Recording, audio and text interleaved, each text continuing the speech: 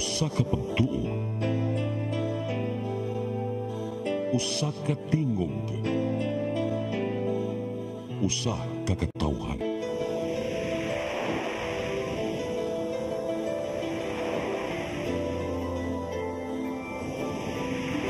Cebu Catholic Television Network.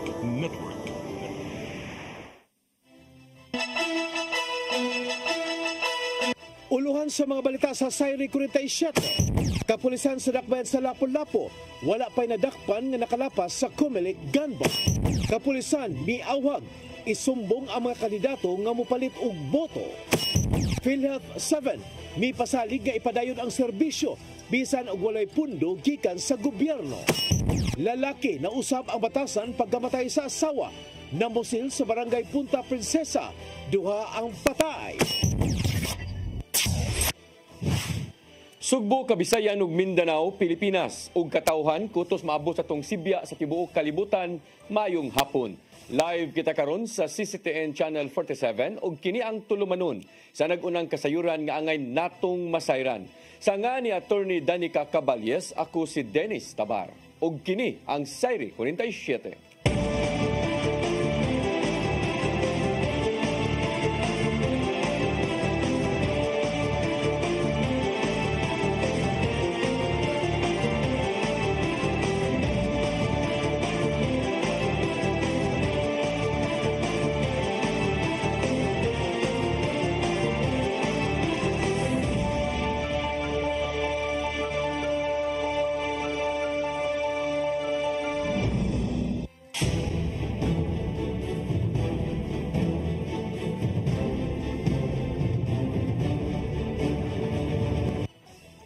Karon sa kumpletong detalye sa atong mga balita, wa pa'y nasikop ang kapulisan sa dakbayan sa Lapu-Lapu nga nakalapas sa Comelec gun ban atol sa mga checkpoint. Ang Comelec gun ban gipatuman niadtong Enero 12 karong tuiga. Matud ni Lieutenant Colonel Christian Torres, ang spokesperson sa Lapu-Lapu City Police Office, nga 24/7 nilang gipahigayon ang checkpoint. Ning usa ka motorista wa pay nakalapas sa maong lagda. Dugang niya nga doon na sila'y nakuhaan og armas apan atol kini sa pagresponde sa kapulisan sa mga krimen. Sa pagkakaroon, unom na ang ilang nasakmit og sagad niini atol sa operasyon sa illegal nga drugas. Ang Comelec gun ban nagpadayon hangtod sa Hunyo 11 karong tuiga.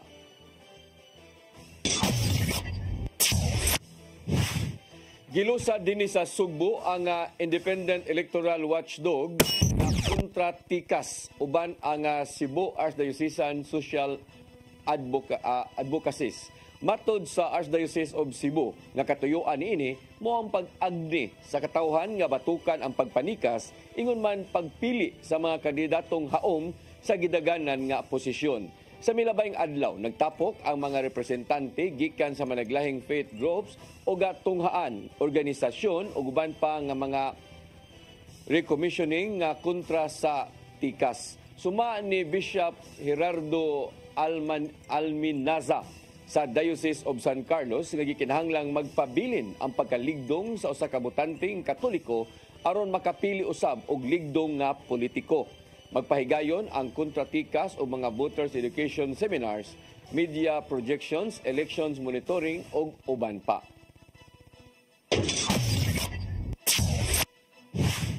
Giauhag sa Philippine National Police ang katawhan nga magmatayon o nga musumbong kanila kung adunay mahitabong penalitay sa butos.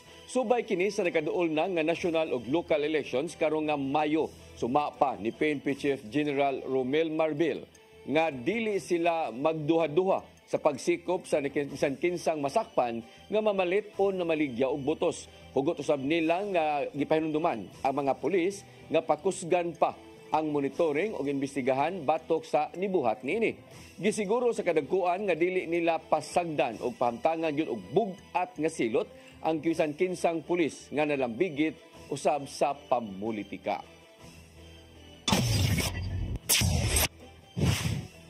Mga botanteng na malhin sa syudad sa Mandawi, nga nag-usab sa rehistro bisan ug wa sila nagpuyo sa syudad, posibleng pasakaan og election offense. Samtang ang kampo ni Ernie Manatad sangat na usab og apilar kabahin sa giingong mga flying voters.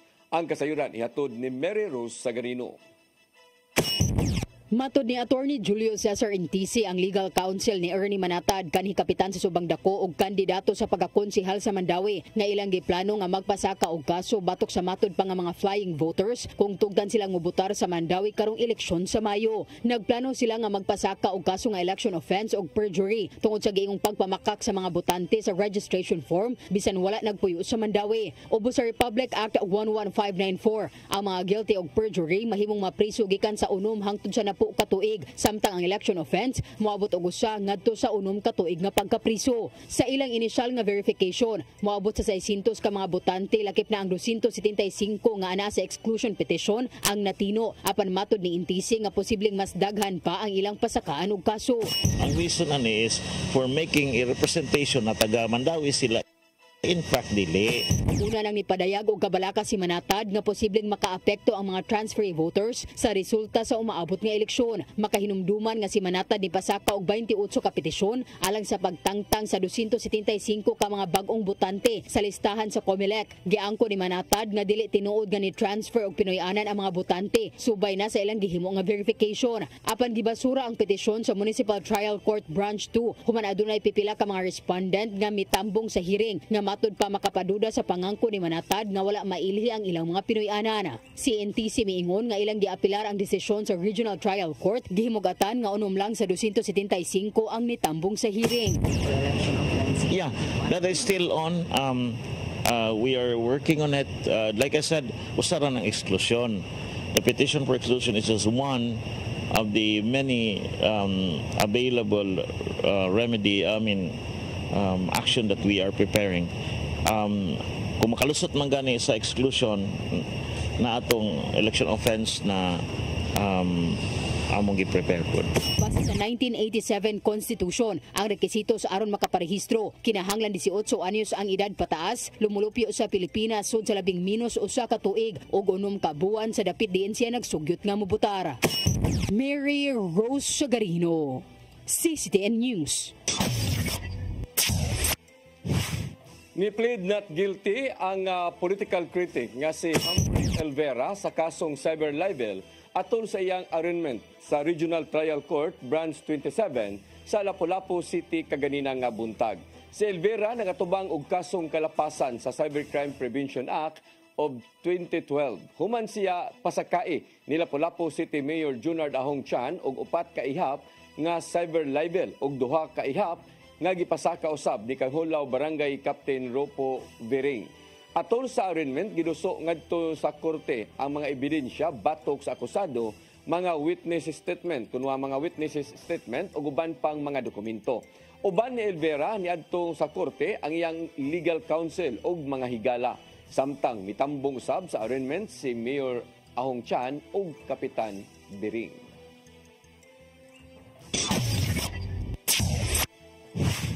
Pilipinas muduso og laing diplomatic protest batok sa China tungod sa laing insidente sa Baho de Mansilok. Matod sa National Maritime Council nga nagpaduol ang helicopter ngadto sa abyong gipanag-iya sa BIPAR. Ang kasayuran ihatod ni Gian Navarro. Muduso ang Pilipinas og diplomatic protest tungod sa hilabihang kadelikadong pagmaniobra sa Chinese military helicopter duol sa abyong gipanag-iya sa Bureau of Fisheries and Aquatic Resources. Naitabo kini samtang nagpaigay og routine patrol ang BIFAR sa Baho de Masinloc, sakop kana sa West Philippine Sea kagahapon. Matod sa National Maritime Council nga nilugpad ang helicopter sa Chinese Navy paduol sa Cessna plane sa BIFAR diin 3 metros ang ilang distansya. Gihulagway nilang dakong risgo ang binuhatan sa China alang sa mga piloto o pasaherong Pilipino nga igulang misubay sa kahimtang sa kaugalingong dagat. Tungod nini, nakit-an nilang nagpalabi ang pagbinastos sa China sa katungod sa mga Pilipino. Pinagi sa agresibo nilang mga lakang sulod mismo sa exclusive economic zone sa Pilipinas. Maong mas dadasig ang kagamhanan sa pagduso og diplomatic protest tungod sa pagpalabi sa China. Apan, may depensa hinoon ang habig sa China. nga dili maayo ang naimong binuhatan sa Pilipinas sulod mismo sa giangko nilang teritoryo sa kahanginan. May pasabot si Philippine Coast Guard spokesperson for the West Philippine Sea, Commodore J. Tariela, nga nagpahigayon lang og Maritime Domain Awareness Flight ang BFAR na ng panahon na. Sakay sa Mongses na plane ang pipila ka mga sakop sa Coast Guard, ingon man pipila ka mga journalist nga igo lang misubay sa kahimtang sa giilugang dagat sa Pilipinas. Ian Navarro, CCTN News.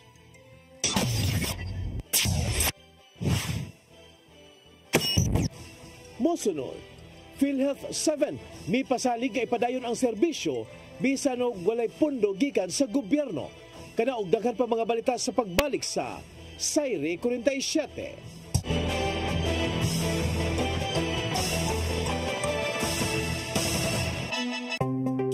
Discover the beauty of the Philippines.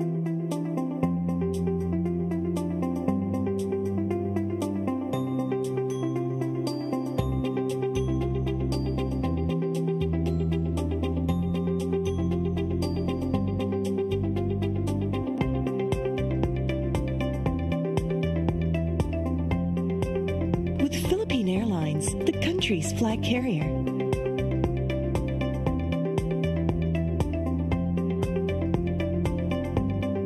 The airline that lets you feel the warmth of the nation.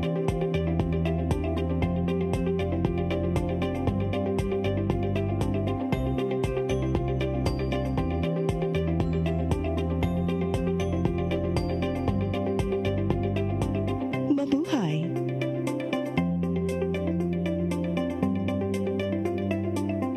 Kaiba sa mga politiko, matagal nang ginagawa ni Ariel Quirubin ang ipaglaban tayo. Kahit sariling buhay inaalay. Ngayon, iba ang laban. Pero tuloy ang misyon ni Ariel Quirubin, ang ipaglaban tayo. Kung medalya ang sukatan at hindi pera, si Ariel Quirubin, ang ating bayani, nakarapat-dapat sa Senado. Pag may Ariel Quirubin sa Senado, may bayani tayo sigurado.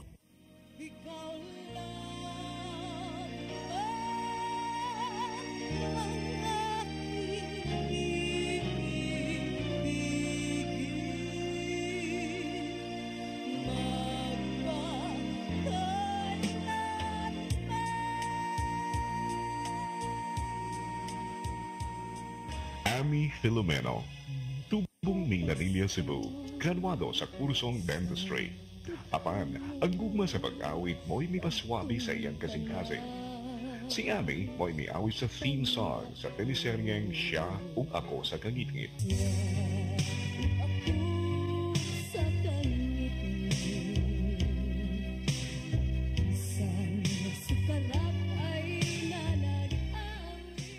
Miyembro sa usa ka banda nga bitukar gawas sa nasod.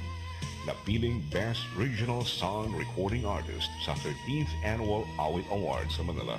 Winner sa Sandugo ug Cebu Pop Music Festival. Sa pagkakaroon, si Ami regular talent sa InTV CCTN Channel 47 ug padayong nagdala sa kan sa mga Subuanon sa iyang pagkakot ug dugang pangkalampusan. Ami Filomeno, karbo sa Subo. Subuano ni.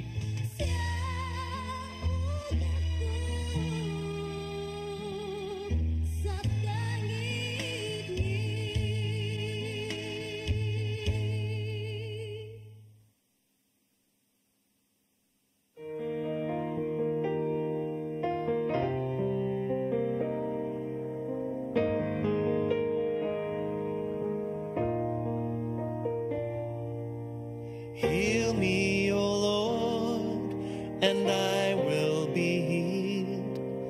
Save me, and I will be saved. Heal me, O Lord, and I will be healed. For you are the one I praise. You are the one I praise. Sing it with me. Heal me, O Lord, and I will be healed. Save me, and I will be saved.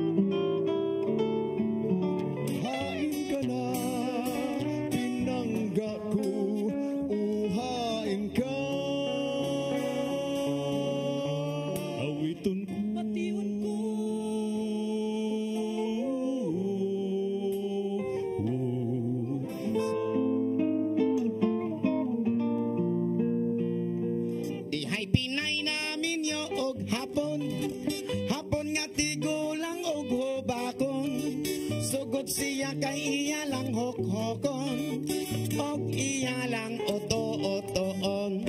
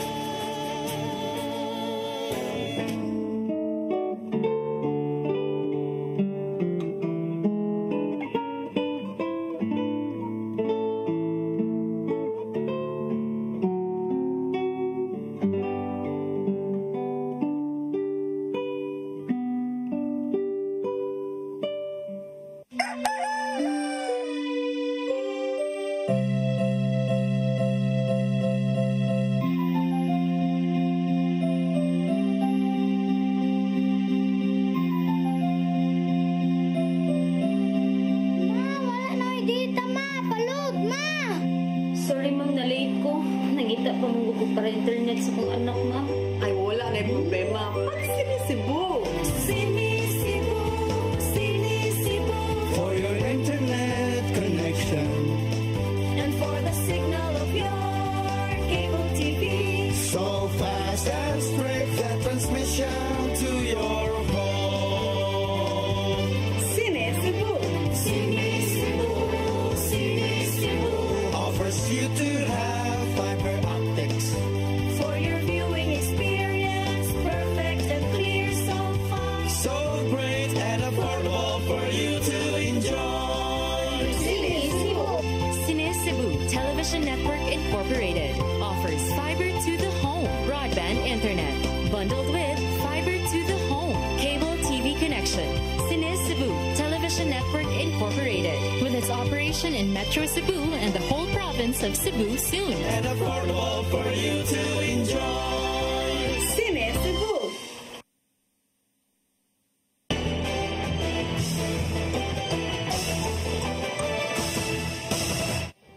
Balik sa ato mga balita, PhilHealth 7 naninguha nga makalahutay ang nahabiling pundo bisan ugway madawat nga subsidy gikan sa gobyerno.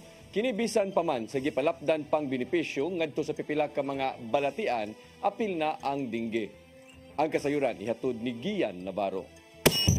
Naninguha ang Philippine Health Insurance Corporation sa Central Visayas nga mulahutay pa ang nahabiling mga pundo alang sa dugang pa mga benepisyo. Taliwa man kini sa naikawang subsidy gikan sa gobyerno ubos sa 2025 national budget human gisukit-sukit ang mga wala pa nagamit nga reserves kun pundo. Sumapa ni Dina Sinchez sa PhilHealth 7 nga ang maong subsidy gamiton unta alang sa benefit claims sa mga edaran, indigent people ug ubang mga anaa sa vulnerable sector. Sila ang mga makapaymo sa libreng benepisyo sa PhilHealth ubos sa Universal Healthcare Act. So muna siya ang katong zero subsidy, but the law still requires na agad na siya nga naay portion yun sa national government nga fund to augment our kaning funds sa PhilHealth para padayon ta makabayad sa atong mga benefit claims.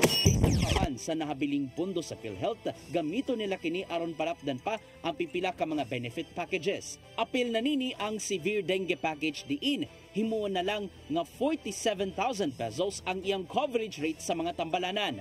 Gikan kini sa kaniadtong 16,000 pesos nga naandang coverage rate kaniadto. Lain usab nga giduso sa PhilHealth ngadto sa mga sakop mao ang konsulta package diin, libre na ang pagpahiling ngadto sa mga espesyalista kung aduna bay balatian sa lawas. Kung isgutan ang mamahimong premium rates o kontribusyon gikan sa mga miyembro, mipasalig ang mga kadagkuan nga dili pa kini isaka. Sanglit mapahimuslan mangyud sa mga sakop ang mga gikuang package sa PhilHealth sa tinguha nga dili na magbaguod pa sa mga bayranon sa tambalanan. And then although we collected in Central Visayas around 9 billion po, ingana po kadako ato ang payout for the claims kay si PhilHealth as social health insurance provider, dili man siya income generating. We receive the premium but we also release that every now and then sa katong mga health facilities na nag-provide sa services nga gi-avail sa ating mga members. Navarro, CCTN News.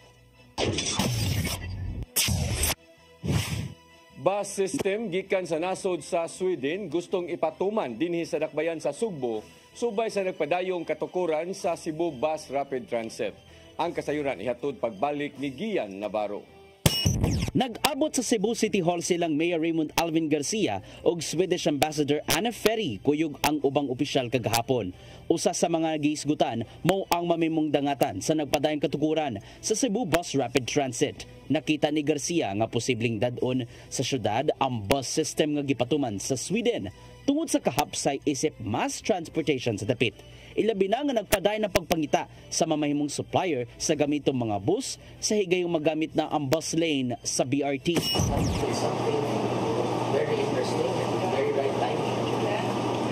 And I think Volvo is one of the more trusted brands. Nasairan nga pulos mga electric bus ang gigamit sa Sweden.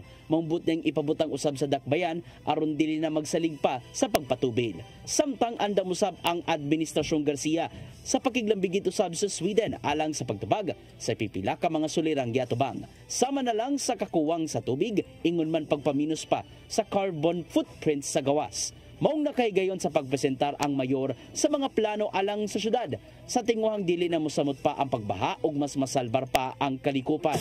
There's more of gihapon tingali, more of tourism, more of looking at business partnerships, cultural business exchanges, cultural exchanges, educational exchanges.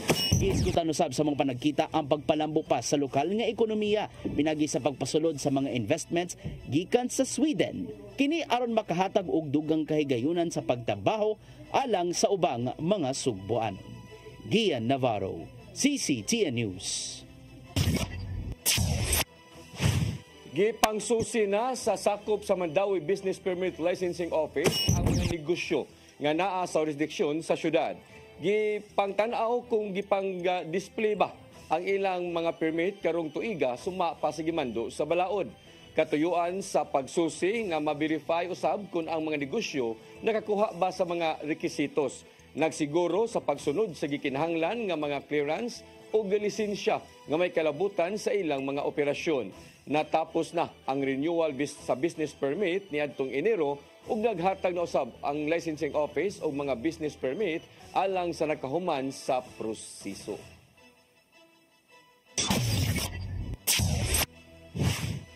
Sa laing balita, ipaagi sa public-private partnership ang planong pagpalubong sa mga kable gikan sa telecommunication companies sa pipila ka mga dapit sa dakbayan sa Sugbo. Matod ni Mayor Raymond Alvin Garcia nga nakahatag og kasamok sa mata sa mga bisita ang mga nagbitay og nagkagubot nga mga kable diya sa madaan kun ang mga spaghetti wires. Maong ipatuman ang pagpalubong niini dapit sa Plaza Independencia. O gang sa Cebu City Hall ubos sa pagdeklarar nila nga Heritage District Area. Gitatausab sa mayor nga way labot sa maong proyekto ang mga linya sa kuryente. Nakasinabot ang Cebu City Government og usa ka pribadong kompanya alang sa pagpatuman sa maong nga proyekto. Looks like it's going to be a PPP because ang ilang buhaton maghimo man sa trench underground. So all telecoms will now have to use that particular trench. So I think that's where they will make the money. Mga lagda bahin sa pagpalit sa mga panginahanglanon alang sa science and technology ingon man innovation projects giumol uban ang managlahing sektor. Pinasubay kini sa pagpatuman sa New Government Procurement Act. Ang kasayuran ihatod ni Gian Navarro.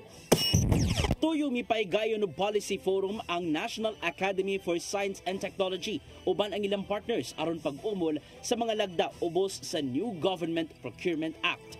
Subay kini sa tinguha nga mas mapadali na ang pagpalit kun procurement sa mga gikinahanglan, ilabi na alang sa gihimong science, technology ug innovation kun STI projects. Nakahigayon sa pagpakisayod ang mga representante gikan sa public, private ug academic sector sa gipagawas nga implementing rules and regulations sa Republic Act 12009. Sumapa sa Government Procurement Policy Board nga paspas na ang procurement process alang sa usa ka proyekto diin ana-ana lang sa 60 ka adlaw samtang kinahanglang dekalidad na ang mga gamiton ubos sa mong balaod inay sa naandang lowest bidder. Hopefully all this, yung mga reactions pa nila, no? Hopefully we will all be able to address them. Pati yung mapadali ang pagbayad. Alam po namin, narinig po namin, it's not the first time that we hear this, no? This clamor from our suppliers. Na sana, pabilisin niyo naman magbayad, pabilis namin magbigay ng supply sa inyo kapag mag-demand kayo, di ba? Nasunta sa gipagawas nga IRR sa New Government Procurement Act niadtong Pebrero 11 nga walay specific nga provision alang na sa STI projects. Maong gihangop nila ang mga sugyot gikan sa managlahing sektor aron magamit na usab sa paghimo og guidelines bahin niini. Maong gihingusgan sa sakop gikan sa ad hoc committee sa NASTI nga kinahanglan mapagawas ang guidelines sa procurement alang sa mga STI projects sa dili pa ang Pebrero 26. Bigyan na po natin sila ng paraan para magastos po yung pera, para magawa ang mga eksperimento, para rin sa kagaganda ng ating buhay. Pinaagi sa pagpasayon sa procurement alang sa SciTech ug innovation projects, laumang mapaymuslan kini sa tanang Pilipino sa umaabot ug hayan mapalambo pa usab ang ilahang kinabuhi. Gian Navarro, CCTN News. 800 ka mga drug warriors gipaubos sa aftercare program sa syudad sa Mandawi. Ilakip usab sa aftercare ang pagpa-enroll sa mga wa makatiwas sa pag-eskwela sa Alternative Learning System kun ALS. Ang kasayuran ihatod ni Mary Rose Sagarino. Sa tinguha nga pagtabang sa mga drug warriors, aron hingpit silang mobiya sa paggamit sa illegal nga drogas, ang syudad sa Mandawi nagsiguro nga makapaubos sila sa gikinahanglan nga intervention. Human sa community-based drug rehabilitation program, gipaubos sa aftercare program ang mga drug warriors. Sa kasamtangan, 800 ka mga drug warriors ang nipaubos sa aftercare program. Naglakip sa mga sesyon, pagcapacitate kanila sa paglink ngadto sa TESDA o Mandawi College Entrepreneurial Skills Training. Ang real goal sa aftercare na to is reintegration man, nga di na sila mahimo og kanang kuan bitaw kanang quote and quote salute, di ba mo man ang pag-think sa mga tao. So if makita na sa mga kauban, especially sa community nga bag-o na ni sila, nag-usab na ni sila, ma-change ang perspective sa mga tao sila nga napa di adunay di ejud ka usaban ng isa ka tawo, then makaingon ta nga effective po din imong programa diri sa Mandawi. Sa pagkakaroon nakigalayon usab ang Mandawi City Substance Abuse and Mental Health Office ngadto sa Department of Education aron sa pagpatuman sa Alternative Learning System kun ALS. Gusto sa syudad nga ma-enroll ang mga drug warriors nga wala nakatiwas sa pag-eskwela aron makagraduate ug makapangita og trabaho. Munang important jud kay ato ang mga linkages, no, kay gipa-capacitate nito sila through ALS, and after ana pwede na to silang pangitaan og trabaho through PESO sa to ang Public Employment Services Office. Gikan sa tuig 2023, aduna nay kapin sa 1,000 nga drug warriors nga nakahuman sa rehab program. 800 niini ang padayon nga nipaubos sa aftercare program. Mary Rose Sagarino, CCTN News.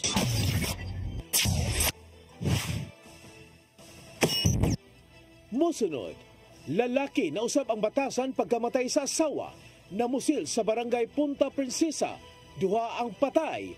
Kana og daghan pa mga balita sa pagbalik sa Sayre 47.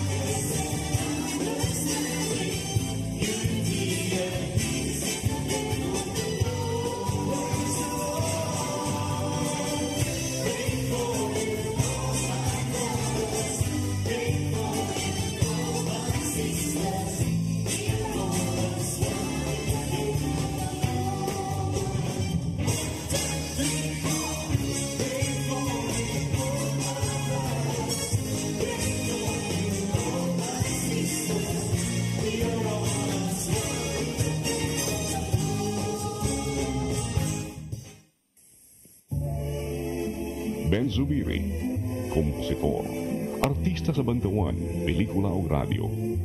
Mas nailhan sa ngang Iyo Carbo. Si Ben Zubiri ang isubuan sa way kamatayong awit Matud Nila.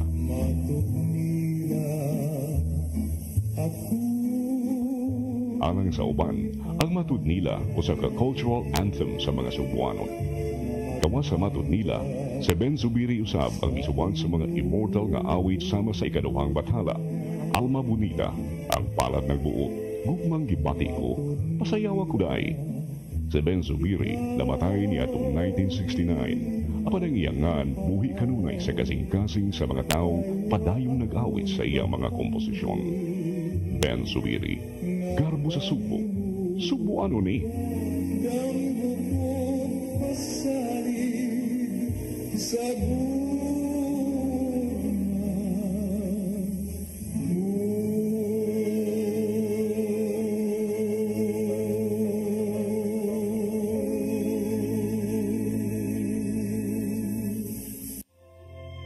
Ang kinabuhi, puno sa hagit. Sumpila ka, Dria! Ay, paginarte! Pagdita ka! Puno sa pangutana. Bata pa gani ka tayo? Nagpuyab-puyab na ka? Kinsa man ang mga masakitin nato din ay karoon ng kinsa! Kung si buti mo'y pasabot, Daddy. Puno sa luha. Pagpili pa, ako nga imong anak o kanay imong mga babae. Kasuko. Yung nananarado pa. Kaluoy itong kalipapa. Apan bisan mangit-ngit pa ang imong kalibutan, aduna pa'y nagpahiping kahayag. Aduna ka pa'y kasumbungan. Mga lama, hanap na. Dear Tatay, Tunog na unlod na. Nganong handungan. Wailaing pagi aron masabtan nato ang Biblia. Kinahanglan nga doon natay relasyon kang Hesus. Hangtod sa layan natong panaguban, daghang salamat. Shalom. Tunog na unlod na.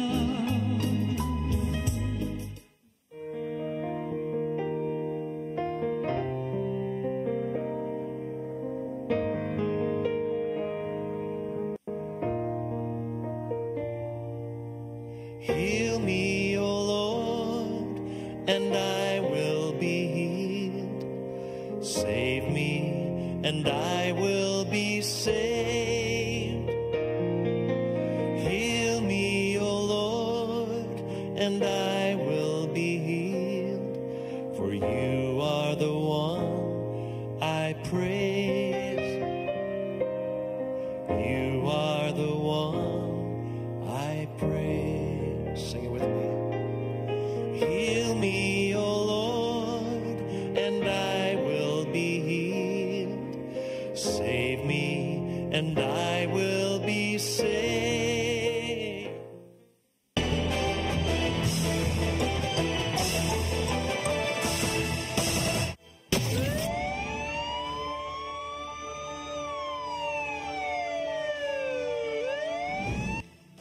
Balik sa ato mga balita, lalaki nga gituhuang nausab ang batasan human namatay ang asawa, nagwild og namusil patay sa duha ka mga tawo sa barangay Punta Princesa, Dakbayan sa Sugbo. Usa sa nakalas mao ang usa ka retired US Navy. Ang kasayuran ihatod ni Arnold Bustamante. Duha ang nakalas sa pagpamusil sa usa ka lalaki dito sa Lucas Compound, Bayabas Extension, Barangay Punta Princesa. Sa Dakbayan sa Sugbo, alas 7:50 gabi. Aga mga nakabsan sa kinabuhi diha dayon, gilangan sila nga Ricardo Nombrado, 59 anyos, o George Sky Lucas, 39 anyos, usa ka retired US Navy nga pulos nagpuyo sa mga dapit. Ang suspitsado nga nasa tambalanan human na pusilan usab sa tiil mao si Kevin Asia, hingkod na pagidaron nga taga Bayabas Extension. Sa investigasyon sa Labangon Police Station na Sairan, nga misulod ang suspitsado sa mga compound nga nakapaduda sa mga residente. Katungod ani giabog ni sa mga mulupyo nga mogawas. Apan nagwild ni hinuon ang suspitsado nga si Asia o giilog ang dalang baseball bat ni Nombrado hangtod nga naglamok-lamok na. Ang retired US Navy nga nakabati sa gubot migawas kini bitbit ang armas aron mo pasalba apan siya na usab aga gidasdasan sa suspitsado. Nihukom kini nga iyang tiilon sa pagpusil o sa dihaga na igo ang iyang tuong paa, giilog nini ang dalang armas sa retired US Navy nga mahinungdan nga midagan kini pasulod sa ilang balay. Sa dihang nailog na sa suspitsado ang armas, unang gipusil ni si Ricardo nga resulta sa iyang hinanaling nga kamatayon o gisulod usab niya ang balay ni George Sky Lucas ug didto gipusil makaupat ka higayon. Nadakpan hinuon ang suspitsado sa dihang gidumog ni siya sa mga tao sa dapit o gidala sa tambalanan.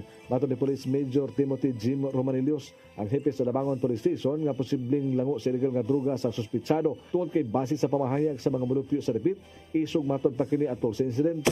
Pag ginilugay sa Bisulbat, naginilugay na po sila sa firearm. Pag ginilugay nila, napusilan nila ang suspect sa tiil. Ni samot mahinog ka isog, kay maabi nila ka naman neutralize on dato ba? Nailog ang pusil. Ang kaning mga biktima na napusilan. Ang katong victim 1, naigo sa liog, natumba katong na makita gawas diya sa balay. Ang katong usa, naigo pod, gisundan pa gyud gitiwasan. Nakuha nga impormasyon ni Romanilios nga kining suspitsado na usab na ang batasan niini. Human namatay ang iyang katikas nga usa ka nurse natong niaging tuig. Gingon nagpabuhi na lang kini siyang maguwang nga naa sa gawas sa nasod nagtrabaho ug daw nagpasagad na lang usab ni sa iyang kaugalingon. Kasong double murder ang ipasaka sa Labangon Police Station sa suspitsado. Arnold Bustamante, CCTV. 2 milyones pesos nga kantidad sa gidudahan nga shabu nasakmit sa kapulisan ug sa PDEA 7 gikan sa 39 anyos nga high value individual sa dakbayan sa Lapu-Lapu. Ang maong dinakpan usa pa lang kabuan nga nagpuyo sa dakbayan apan nisu dayon sa matang sa trabaho. Ang kasayuran ihatod ni Cristel Joy Filerca. Pinaagi sa joint operation sa City Drug Enforcement Unit, City Intelligence Unit, Regional Intelligence Unit 7 ug Philippine Drug Enforcement Agency kun PDEA 7. Malampuso nilang nasikop ang bagong inila nga high-value individual sa gipahigayong bypass operation sa Sitio Upper Mustang, Barangay Pusok, Lapu-Lapu City alas 11:42 kagabi. Ang dinakpan giilanga si alias Apupa, 39 anyos, lumad nga taga Lanao del Norte apan kasamtangang nagpuyo sa Barangay Bangka, Lapu-Lapu City. Nakuha kaniya ang 4 ka pakete sa gidudahang shabu nga nitimbang og 305 gramos ug aduna kini standard drug price nga 2,074,000 pesos. Matod ni Police Lieutenant Colonel Christian Torres, ang spokesperson sa Lapu-Lapu City Police Office, nga usa ka buwan pa lang nagpuyo sa dakbayan si alias Apupa. Adunay nakareport kanila sa illegal nga gimbuhaton ni ini, hinungdan nga gimonitor kini sa kapulisan. Mga report ani nga naibagong player nga nisuliha nga kusog ang tagak, meaning siya may buto nga gyapon kayo ba makapag-abot niya pero wala siya kukadlok nga maligya dahil may atong gitanaw pa ron kasi possible dito sa Mindanao pa lang mga niya Apan butang kini nga gihimakak sa suspect. Matod niyang usa siya kahabal-habal driver sa ilang lugar ug nianhi siya sa Lapu-Lapu aron manrabaho isip usa ka tricycle driver. Dugang pa niyang wala siya mosulod sa pagpamaligya ug wala usab siya magamitan og illegal nga drogas. Apan sa iyang gidangatan karon, sigon pa niyang atubangon na lang niya ang kasong gipasaka kaniya nga mao ang kalapasan sa Section 5 ug 11 sa RA 9165. Dili na tinay. Wala naman. Hindi na rin nakonsya ako, siya may konsya gobyerno. Sa konsya gobyerno. Sila rin nakabalo sa kanya. Ang ginuray nakabalo sa Dugang ni alias Apupa nga kini mo ay permerong higayon nga siya na priso ug wala siya nalambigit sa illegal nga drogas kaniadto sa ilang lugar. Nibutyag si Lieutenant Colonel Torres nga usa pa kini silang subayon kung tinuod ba ang maong pamahayag sa dinakpan. Cristel Joy Filerca, CCTN News. PRO7 nakasakbit na og kapin 500 ka mga armas atol sa kapin 15 ka mga checkpoints so kagisugdan ang Comelec gun ban niadtong Enero. Tinguha sa PRO7 nga malinawon ang Central Visayas ning nagkaduol na nga eleksyon. Ang kasayuran ihatod ni Arnold Bustamante. Kapulisan sa Central Visayas nakasakmit na og 527 ka mga loose firearms sukad gipakusgan pa nila ang ilang operasyon subay sa nasikabot nga midterm election sa Mayo 12, 2025. Sa datos sa Police Regional Office 7 nakahimo na ang kapulisan og 15,528 ka mga checkpoints sa tibok rehiyon. Sukad gipatuman ang Comelec gun ban atong Enero 12, 2025 nga may resulta sa pagkasikop sa 170 ka mga suspitsado. Sa mga mga nadakpan 26 niini nadakpan sa laing nga mga police operations, 45 ka drug bust operation, 23 sa ubang law enforcement operations ug unom sa Comelec checkpoints. Samtang nakakuha sila og 450 ka mga armas nga wala lisensya atol sa police operations, 47 sa bypass operation, 23 sa laing law enforcement operations ug 7 ka armas ang naembargo atol sa checkpoints. Subay na gidayeg ni Police Brigadier General Rodrigo Maranan, hepe sa Pero 7, ang mga police personal nga mituman sa kamanduan sama sa 24 oras ka checkpoints aron nga magpabilin nga malinawon ang tibok Central Visayas atol sa piniliay. Bisan walay natalang election-related incident sa Region 7, ang regular nga pagpatrolya, surveillance ug intelligence operations magpadayon ug ang kaalerto sa kapulisan aron nga mapugnan ang hulga sa seguridad. Ang pagpakatap sa mga special units sa kapulisan gitumong aron nga dali ang pagtubag sa bisan unsa nga emergency o dunay election-related nga kagubot. Si Maranan mi-emphasize nga ang kalampusan sa luwas ug malinawon nga eleksyon magdepende kini sa pagtinabangay sa kapulisan, Comelec ug ang mga ahensya sa gobyerno ug binasa komunidad.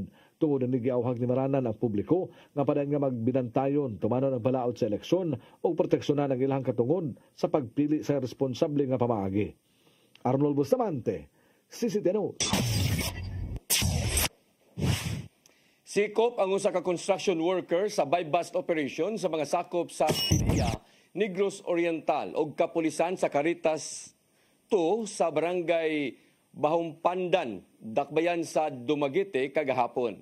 Nasakmit gikan kang alias Jonas, 35 anyos, ang 7 ka pakiti nga gituoang shabu nga may kantidad o kapin 6,000 ka pesos, lakip na ang mga drug paraphernalia. Matod ni Lia Alcantara, ang information officer sa PDEA 7, nga kalapasan sa Republic Act 9165 ang atubangon nga kaso sa dinakpan.